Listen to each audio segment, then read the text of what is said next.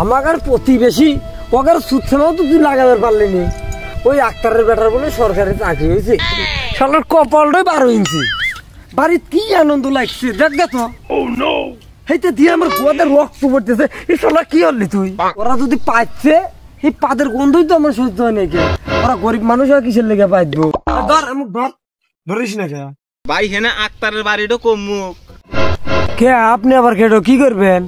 আক্তারের সাওয়ালের সরকারি চাকরি হয়েছে, হেতের চিঠি দিবার আছে। আরে কি শুনলাম রে, ওর কি সরকারি চাকরিতে টিয়া পয়সা লাগছে? না ভাই, এক টিহাও লাগে নাই।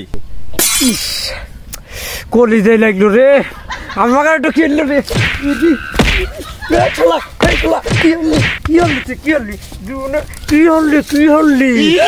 আচ্ছা ভাই, আমাকে কি চাকরি দেওয়া যায় একটু? না ভাই, যোগ্যতা ছাড়া কি চাকরি দেওয়া যায় নাকি? দেওয়া যায় মুখে বলি। এই যে মুখ টুপিলে চান, মুখ টুপিলে চান, এই মুখ দেখলি কেন চাকরি দিব? লাস্তি মেরে ওর কার পাটা আলাইব। ভাই এত ঝামেলা দেখতে চাই না ভাই, বাড়িটা কোনো হেঁটে দেখা দেন আমাকে।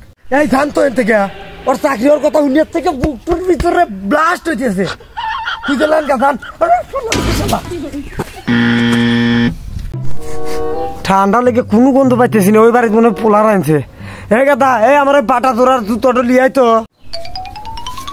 দূরে লিয়াছো, দুই হাত দিয়ে তো কেমনে মারবো। শালা আমরা পোলা খাইতেছে, শালা পোলা খাইতেছে। এই শালি, ওকে এখন পার্টি বানা দিস। ওই জঙ্গলের ভিতরে কাস্টমার সার্ভিস দিব, ও দিয়ে আর কিচ্ছু হবো না। ওর দিব ভাই কিছু শুনছে না। কি শুনবো? ওই আক্তারের বেটার চাকরি করবো বাধা হয়ে গেছে। কি করলি?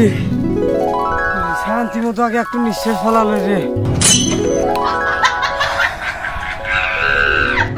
জানো ভাই, ওর চাকরির কথা শুনিয়ে আমার নিঃশ্বাস গলা দিয়ে উঠে নাক দিয়ে বাড়ান বাদ দিয়া পিছন দিয়ে গিয়ে গোয়া দিয়ে বাড়াইলো। তারও তো কম মারলাম না। হে গেতার মা, গেতাটা খাওয়া ফিটবার না চাকরির লেগে আমার সামনে বার চাকরি হবো।